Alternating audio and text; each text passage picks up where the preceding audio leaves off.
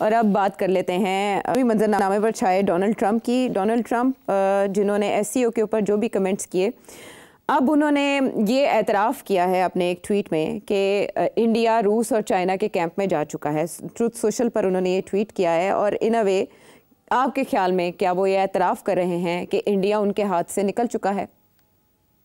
नहीं, Donald Trump बहुत सी बातें करते हैं और कभी कभी उनकी अंग्रेजी और जो हवाला दे रहे होते हैं वो समझ नहीं आती अगर आप उसको थोड़ा गौर से ना देखें।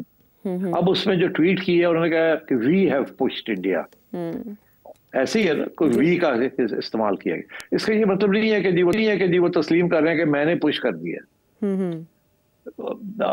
उसका ये मतलब है कि जिस किस्म की डेवलपमेंट्स हुई हैं उसकी वजह से इंडिया जो है अब चाइना के तरफ बढ़ रहा है, मगर मेरा ख्याल है ये बिल्कुल गलत है, ऐसे नहीं होगा।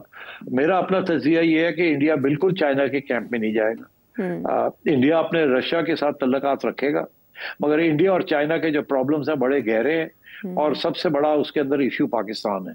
इसलिए मैं नहीं समझता कि ये डोनाल्ड ट्रंप की वो जनाब चाइना के डार्क एरियाज के अंदर इंडिया जा रहा है, ऐसी बात नहीं है। मेरा ये याद रखिएगा, मेरा क्लिप रखिएगा कि ये सूनर और लेटर इंडिया वापस डोनाल्ड ट्रंप और अमेरिका के कैंप में वापस एक पांव रखेगा और अपने जो मसाइल हैं अमेरिका के साथ उनको हल करेगा। स्पेशली ये जो टैरिफ्स वाली बात है, ये छोटा सा एक हिकअप हुआ है। हिकअप मतलब है कि क्या कहते हैं, हिचकी आई है, तो लाया है, हिचकी आई है। डोनाल्ड ट्रंप ने कोई बेवकूफ सी बातें की हैं जिसकी वजह से नरेंद्र मोदी ने अपनी इज्जत बचाने के लिए ये काम किया है, मगर इसका ये मतलब नहीं है कि वो इस कैंप के अंदर जा रहा है। अगर उस कैंप में जाना होता फिर वो जो परेड थी जो अमेरिका के लिए दिखाई गई थी उसमें भी जाके शिरकत करता, मगर उन्होंने एक कदम लिया है, दूसरा कदम नहीं लिया और उसके बाद वो उठ के जापान जा रहे हैं जहां अमेरिका का अड्डा है। तो मतलब है कि इंडियंस इतने भी बेवकूफ नहीं है कि एक छोटी सी बात के ऊपर वो कूद जाएं किसी और कैंप में जहां उनको कुछ नहीं मिलना उस कैंप के अंदर। वो तो चाहेंगे कि ये अमेरिका से दूर हो, मगर उस कैंप के अंदर वो ना चाइना इनको कुछ दे सकता है ना रूस दे सकता है, ओवर एंड अबव जो ऑलरेडी मिल रहा है। और छोटे मोटे तो कंसेशन चाइना ने ऑलरेडी दे ही दिए, मगर उनके जो बॉर्डर इश्यूज है ना, तिब्बत का इश्यू है और हिमाचल प्रदेश का जो इश्यू है वो बहुत सीरियस है। वहां इतनी जल्दी सेटलमेंट नहीं होने वाली। और वो जो मेन प्रॉब्लम जो है वो तो पाकिस्तान है। एक चाइना तो पाकिस्तान का जो रिलेशनशिप है उसके अंदर कोई दरार नहीं डाल सकता। और एससीओ में अंदर आपने देखा कि जहां इंडिया ने पहलगाम की बात की है, इन्होंने दूसरी बात कर दी था, बलूचिस्तान के अंदर जो दहशतगर्दी हो रही है। और सबसे इंपॉर्टेंट बात यह है कि बलूचिस्तान के अंदर जो दहशतगर्दी हो रही है और जो टीटीपी वाले कर रहे हैं और वीएलए कर रहे हैं वो चाइना को टारगेट कर रहे हैं। तो और चाइना को पता है कि इनको फंडिंग जो है वो इंडिया की तरफ से आ रही है। तो इसलिए ये छोटा सा इश्यू है, ये आगे जाके सॉर्ट आउट हो जाएगा। इंडिया जो है वो इस एससीओ के कैंप के अंदर अमेरिका के खिलाफ नहीं खड़ा होगा। यानी आपके नज़र में अमेरिका से इंडिया को अभी मुक्ति मुकम्मल नहीं मिली, लेकिन साथ ही चाइना को डीपेस्ट डार्केस्ट कह जाना चाइना के लिए वो जी वो कहता रहता है डीपेस्ट डार्केस्ट चाइना। एक तरफ तो उसने चाइना के ऊपर तभी किया ही कुछ नहीं, इंडिया को खड़का दिया। चाइना के साथ तो अभी ओपन है सारा कुछ, डीपेस्ट डार्केस्ट चाइना। और उधर रूस जो है, जो डीपेस्ट डार्केस्ट रूस है, जो यूक्रेन के अंदर लड़ रहा है, जिसके ऊपर यूरोप के सारे काम खराब हो रहा है, वो उधर उसकी दोस्ती की हुई है। तो ये डोनाल्ड ट्रंप जो है ना वो अपनी सियासत चला रहा है विच इज कम्प्लीटली अनइंस्टीट्यूशनल और वो बिल्कुल पर्सनल लेवल के ऊपर वो करता है। आज वो डीपेस्ट डार्केस्ट चाइना कह रहा है, कल चाइना के साथ वो सेटलमेंट कर लेगा। और मैं आपको बताऊं सेटलमेंट चाइना के साथ होगी, रूस के साथ भी होगी, डोनाल्ड ट्रंप करेगा, आप देखिएगा। ये यूरोपियंस जो है ना इनको समझ नहीं आ रही है कि वो कहाँ जाएंगे। जी, too much confusion, but at the same time वो डिफेंस डिपार्टमेंट का नाम चेंज करने का इरादा रखते हैं, उसे डिपार्टमेंट ऑफ वॉर बना रहे हैं। इससे क्या होगा सेठी साहब? अब आप देखिए, एक तरफ वो कहता है कि मेक अमेरिका ग्रेट अगेन, हम किसी जंग का हिस्सा नहीं बनेंगे, हम जंगें जो हो रही हैं उनको मैं खत्म करने जा रहा हूँ, मुझे नोबेल प्राइज दे, मैं सारी जंगें खत्म करने जा रहा हूँ। दूसरी तरफ डिपार्टमेंट ऑफ डिफेंस को वो कहता है कि मैं उसको डिपार्टमेंट ऑफ वॉर तो ये डोनाल्ड ट्रंप है आपके लिए। तो इसलिए I think you should not take Donald Trump seriously. वो हर किस्म के चाल चलता है कि ये भी कामयाब हो जाए, ये हो जाए, कभी ब्लफ मारता है, कभी ये करता है, कभी वो करता है। अब इसकी क्या सेंस है? This nonsense. Department of defence को कर देना डिपार्टमेंट ऑफ वॉर, और ये भी कांग्रेस के पूछे बगैर। कांग्रेस के अप्रूवल तो चाहिए होती है इस किस्म की चीजों के लिए, मगर उसको कॉन्फिडेंस है कि इस वक्त रिपब्लिकन्स लेटे हुए हैं, जो डोनाल्ड ट्रंप कर रहा है वो रिपब्लिकन्स मोहरे लगाई जा रहे हैं उसके ऊपर। तो but I don't think this is significant. ये सारे सिग्नलिंग है, ये कोई खास इसकी अहमियत नहीं है, कोई इसको सीरियसली नहीं लेगा। शोर ज़्यादा मचा रहे हैं, इकदामात कम कर रहे हैं, और अब जो जिस नौइयत के हालात हो चुके हैं और आलमी बरादरी जिस तरह का रिएक्ट कर रही है, लगता है कि डोनाल्ड ट्रंप ज़्यादा कार्ड्स बाकी नहीं रहे। आने वाले दिनों में इंडिया के लिए भी अभी पोजीशन क्लियर होती नज़र नहीं आ रही। और अब आपके सवालात करेंगे शामिल। युगांडा से फरीद नासिर। इंडोनेशिया में आजकल हालात बहुत ज़्यादा ख़राब हैं, इसकी क्या वजह है? कोई रजीम चेंज हो रही है या कोई मामला दूसरे हैं जो बज़ाहिर पसे पर्दा हैं और आम दुनिया के सामने नहीं आ रहे? इसका तो बस मुख्तसर से सवाल दूंगा, बिकॉज फिर नहीं तो बहुत लंबा हो जाएगा और फिर इंडोनेशिया की इंटरनल सियासत डिस्कस करनी पड़ेगी। लुबे लबाब ये है जी कि एक साहब हैं जो कि प्रेसिडेंट रहे हैं 10 साल के लिए, एक उनके साहिबजादे हैं, एक ऑपोजिशन लीडर थे।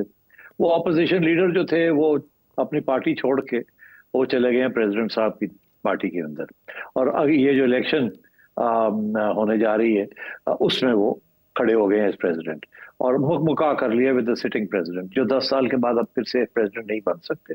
प्रेसिडेंट साहब जो है उन्होंने अपना बेटा दे दिया उसको एज रनिंग मेट। तो अब जो एक्स ऑपोजिशन लीडर और प्रेसिडेंट साहब का बेटा, वो प्रेसिडेंट साहब की पार्टी जो है ना उसको लीड करेंगे, और वो अब खड़े हो रहे हैं फॉर इलेक्शन। और ऑपोजिशन जो है वो सुकार्नो की जो साहिबजादी हैं, सुकार्नो पुत्री, वो परेशान है क्योंकि रिगिंग हो रही है। और ये आप पाकिस्तानियों को तो पता है जब इस किस्म की चीज होती है तो किस तरीके से सियासत रुख मोड़ती है। इसलिए इंडोनेशिया में अभी बड़ी इंस्टेबिलिटी हुई हुई है। ऑपोजिशन लीडर जो है वो गवर्नमेंट को ज्वाइन कर गए हैं और अब अगली इलेक्शन के लिए तैयारी कर रहे हैं, और वहां शोर पड़ गया कि इलेक्शन रिगिंग की तैयारियां हो रही हैं and so on and so fourth. और तो ये है, इससे ज्यादा कोई साजिश नहीं है। इस dirty politics all over again, politics of opportunism and so on. वो अब जो साहब प्रेसिडेंट है वो 10 साल से ज्यादा रह नहीं सकते, इसलिए उन्होंने अपना बेटा को फिट कर दिया उसके अंदर।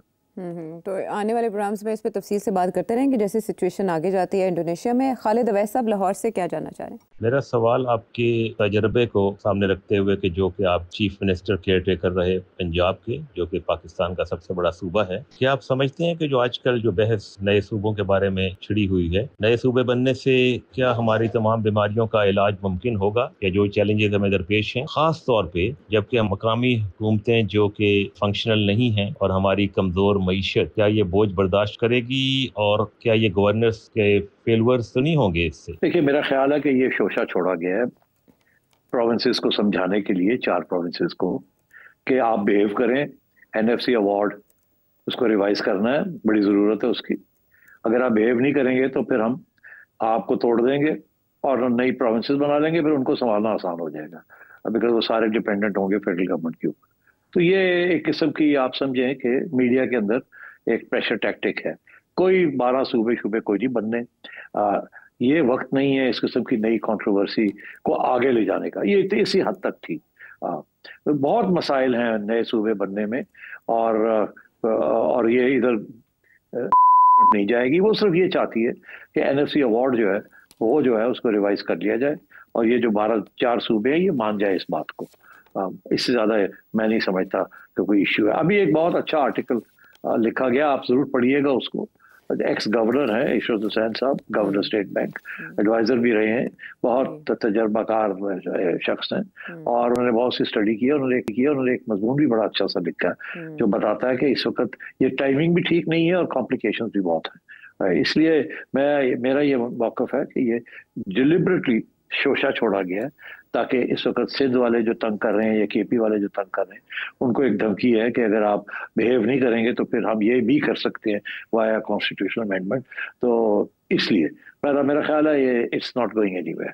फीलर छोड़ा गया है नब्ज डिटेक्ट करने के लिए और कुछ समझा। अब अगला सवाल है सऊदी अरब से साजिद मलिक साहब का। सेठ साहब, ये जो पाकिस्तान में सैलाब ने तबाही मचाई है और इंडिया ने एकदम पानी छोड़ दिया है, तो इंडिया को पता नहीं था कि पीछे बारिशें हो रही हैं जम्मू कश्मीर में, इंडिया में, तो जब पानी इकट्ठा होगा तो ये तो आगे जब डैम टूट सकता है या एकदम पानी छोड़ेगा तो आगे तबाही होगी। ये उसने जानबूझ के किया है। तो सर अगर पाकिस्तान ये कोई इंटरनेशनल कोर्ट में जा सकता है या अक़वाम मुत्तहिदा में कि ये जो इंडिया ने हमारे साथ आबी जारियत की है। तो दूसरा सर मेरा ये है कि पाकिस्तान में मुख्तलिफ टोले बने हुए हैं। एक टोला कहता है जी डैम बनने चाहिए, दूसरा टोला कहता है जी नहीं बनने चाहिए, तीसरा टोला कहता है ये डैम बनाएंगे टूट जाएगा तो हम पानी में बह जाएंगे, चौथा टोला बोलता है नहरें बननी चाहिए, पांचवा टोला बोलता है जी हमारा पानी चला जाएगा। ये सर इन सब को कौन इकट्ठा एक जगह पे बिठा के कोई एक अमली जामा पहनाए जिसमें अवाम पिस रही है। कभी हमारे पास पानी होता नहीं है, अगर होता है तो हमारा पानी समुद्र में चला जाता है। तो सर ये कोई बाहर से एक्सपर्ट क्यों नहीं बुलाते, कोई न्यूट्रल एक्सपर्ट बुलाएं जो इनको मशवरा दें कि यार इस तरह कर लो, इस तरह कर लो। अपनी तो उन्होंने बात एक दूसरे की माननी है। सर ये कौन करेगा पाकिस्तान में? आपके दो सवाल हैं, पहला इंडिया वाला, दूसरा पाकिस्तान वाला।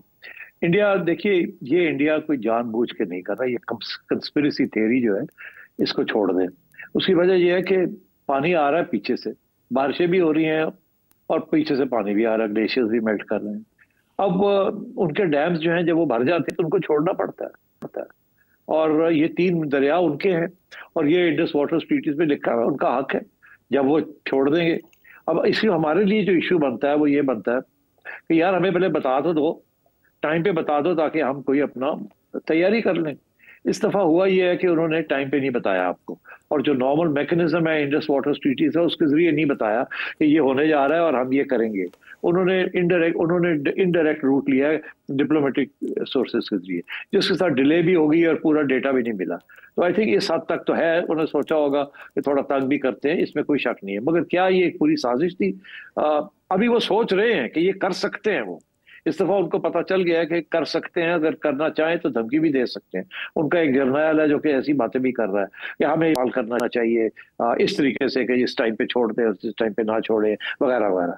मगर मेरा नहीं ख्याल इस दफा उन्होंने वो किया है। और इस दफा तो यही हुआ है कि हमें देर से पता चला, और उसके बाद हमारा तो वही प्रॉब्लम है कि हर साल हमें पता ये होता है, कोई नई बात नहीं। और हमने किसी हुकूमत ने आज तक कोई इक़दाम नहीं किए कि फ्लडिंग को रोका जाए या कोई इसके लिए कोई इक़दाम किए जाए। अच्छा, उसका भी एक ही सिर्फ रीज़न है, मैं आपको बता दूं, कोई गवर्नमेंट नहीं ये चाहती कि वो अरबों सैकड़ों अरबों रुपए जो है वो खर्च करे एक प्रोजेक्ट के ऊपर, डैम्स बनाने के लिए या और कोई रास्ते निकालने के लिए, जबकि उनको पता है कि 2 साल के बाद हमारी छुट्टी हो जाएगी या 3 साल के बाद हो जाएगी या अगली दफा हम आएंगे नहीं। तो वो हमेशा अपने शॉर्ट टर्म सोचते हैं कि जब हमें वो काम करें जिससे हमें फौरन फायदा है और आवाम हमारे। ये जो है ना कि जी हर साल ये होता है, अब इसके लिए 10 साल लग जाते हैं डैम्स बनाने में, रिजर्वॉयर्स बनाने में, लॉन्ग टर्म प्लानिंग करनी पड़ती है। हमारा जो सियासी सिस्टम है उसके अंदर ये लॉन्ग टर्म प्लानिंग का गुंजाइश ही कोई नहीं। अयूब खान 10 साल रहा था तो लॉन्ग टर्म प्लानिंग की थी उसने, भी उसे पता था कि मैंने कहीं नहीं जाना। इसी तरीके के साथ जब मुशर्रफ आया था या ज़ियाउल हक आया था, वो भी 10 साल ले गया, उसने किया नहीं, वो कर सकता था। उसकी बहुत बड़ी ये गलती है कि उसको पता था कि मैं यहाँ बैठा हूँ और मैंने निकलना नहीं है, और उसको चाहिए था कि ये बैठ के जो उस वक्त काम कर सकता था उसने नहीं किया। इसी तरीके के साथ मुशर्रफ ने भी ये सोचा था कि मैं करूंगा, उसको भी पता था कि मैं कर सकता और मैंने नहीं किया। तो ये उनकी गलती है। अब मैं समझता हूं कि जो इस वक्त हाइब्रिड सिस्टम है ये चलेगा, ये अब रिवर्स नहीं होगा, ये स्टैब्लिश हो गया है। तो अब मेरा ख्याल है इनको चाहिए कि लॉन्ग टर्म थिंकिंग करें और लॉन्ग टर्म थिंकिंग करके और ये मसला हल करें। अगली बात, और इसका जो सवाल है ये अब लिंक हो गया विद द नेक्स्ट क्वेश्चन कि क्या ये सारे इकट्ठे नहीं हो सकते कि नहीं। कौन अब ये देखें ना, ये जो इकट्ठा वो कह रहे हैं कौन बिठाएगा। अब मैं समझता हूँ कि इस वक्त इशू क्या है, एक तो पीपल्स पार्टी का इशू है, सिंध का इशू है, और दूसरा इशू केपी का है। केपी की तरफ से तो गड्ढापुर साहब ने हथियार फेंक दिए, वो तो बहुत आगे निकल गए, वो तो कहते हैं काला बाग भी बना लो, ठीक है। तो अब रह गया सिंध। तो अब सिंध तो जरदारी साहब है, मगर वहां सिंध के अंदर एक नेशनलिस्ट मूवमेंट भी है। मेरा ख्याल है जरदारी साहब के साथ नेगोशिएशन हो सकती है, मगर बहुत सख्त नेगोशिएशन करनी पड़ेगी उसमें। अगर जरदारी साहब और डैम्स की बात मानते हैं और पीपल्स पार्टी साथ चलती है तो फिर कुछ उनको एश्योरेंसेस देनी पड़ेंगी कि वो फिर कुछ अरसे तक वो रहेंगे। अगर और लोग रह सकते हैं तो फिर जरदारी साहब और पीपल्स पार्टी को भी हिस्सा देना पड़ेगा, ये कुर्बानी देनी पड़ेगी। वो क्या वहाँ होता है या नहीं होता है कांट से, मगर लॉन्ग टर्म भी सोचना पड़ेगा। और अब जो जिस तरीके से बातें हो रही हैं, मेरा ख्याल है लॉन्ग टर्म ही अब सोचना चाहिए। और ये बेहतर टाइम है कि to think about these things. ठीक है, अगर मगर इसमें मौजूद है, लेकिन वही सेठी साहब वाली बात, अगर अभी वक्त आपके पास मौजूद है तो माजी में जो फ़ायदा नहीं उठाया जा सका मुद्दत का या मोहलत का, वो फ़ायदा अब उठाया जाना चाहिए। और